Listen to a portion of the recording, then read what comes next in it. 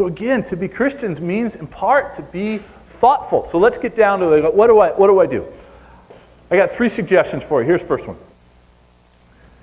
You need to be conscious. That's why I asked for just a quick poll, because we have to think, okay, which factors most often influence my thinking? I'm a fairly nice guy, but fundamental attribution error makes me a jerk in about half a second. And I have to think about my own thoughts. I go, why did I just think that? I don't even know this person. I have no idea what their story is. And I would hate it if somebody did that to me. What's my deal? We need to be self-evaluative in terms of how we think. Start with our own thoughts. Second, develop empathy. This is a biggie. So how would I respond if I were in that situation? See, what happens is we are so quick to comment on what other people are doing. And I love it when we do it to celebrities. Okay? I'll use Bieber as an example here. But hold on. Music aside. I like 3 songs. Don't judge me. Okay? But think about Bieber for a second. So Bieber comes from a broken home. He has a father who is not a good role model. He gets discovered, and by the age of 16 is a millionaire. Now think about that for a second. But what comes along with that money? Adulation. Here's something I have never experienced. Girls screaming at me in a positive way. Now, I should point out, because I'm on camera, they've neither screamed at me for any negative or positive reason. Like, girls just don't scream around me. But I don't have fans. Okay? I don't have followers. I don't have believers. I don't have a website. I walk down the street, nobody cares. I can go shopping at any time. Paparazzi do not follow me. Every now and then Molly will take an embarrassing picture of me in a restaurant, but I can deal with that, okay? So you're Bieber. You're 16, 17, 18 years old. You're surrounded by a bunch of people who tell you that you are the best thing ever. Or you're the worst thing ever. And you have tons of money, and then you go on tour and you make more money. And as soon as you put out a new record, go straight to #1. All as a teenager. So ask yourself, how would you handle that?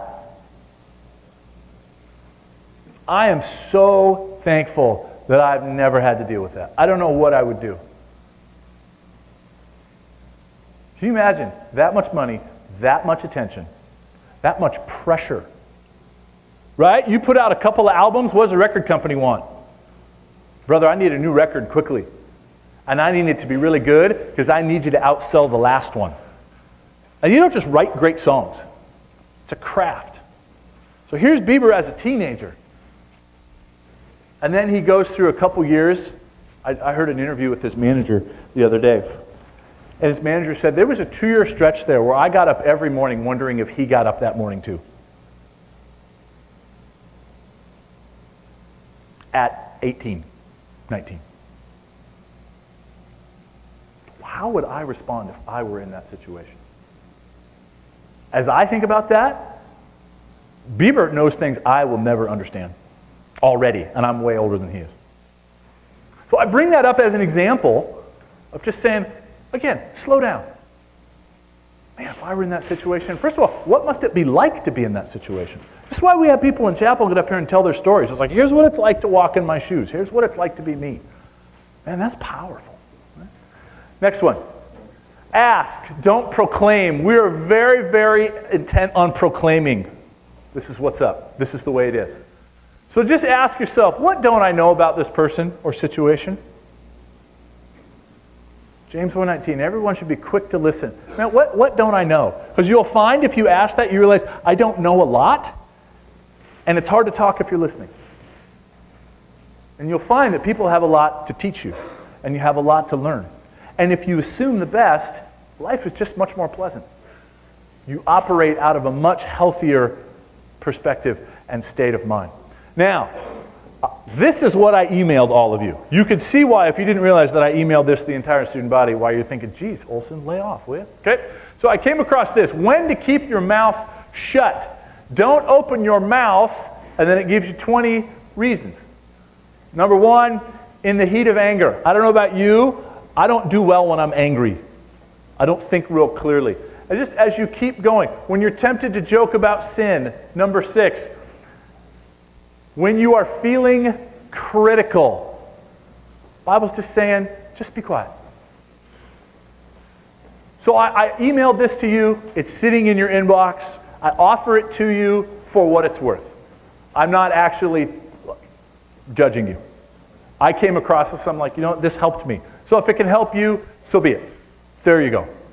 So I'm going to pray. We have one announcement, then I'll give you lunch and cleanup duties. But here's what I'm asking you to do. To think about this information. To go, okay, for the rest of today, I'm going to just pay attention to my thoughts as they come up. And I would encourage you to develop the habit of metacognition, thinking about your thinking. Because what we're finding is if we don't, the consequences can be pretty bad. And relationally, we really struggle.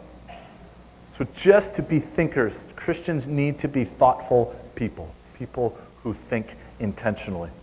Father, I pray that you would give us new eyes to see, a new heart, a humble heart, to realize that we need to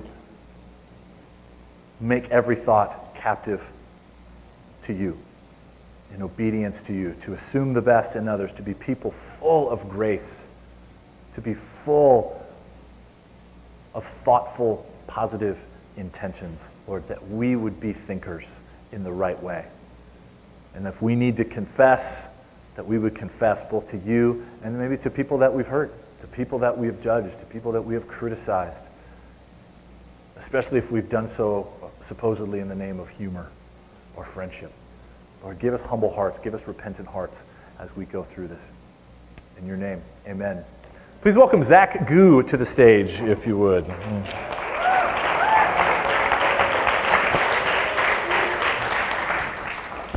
Hi guys, I have 2 announcements. So first off, we're extending our deadline for t-shirt submissions to tomorrow. So you can email them to Zach Douglas or turn them into the front office. And then the Jason Pridmore is putting on a worship night here in the Commons, March 9th. It's a Friday, next Friday, at 7 o'clock. So make sure to come. I'm not sure what happened to the W and the T, but there you go. All right, so sophomore guys, I think you're on rotation. We got the dollar.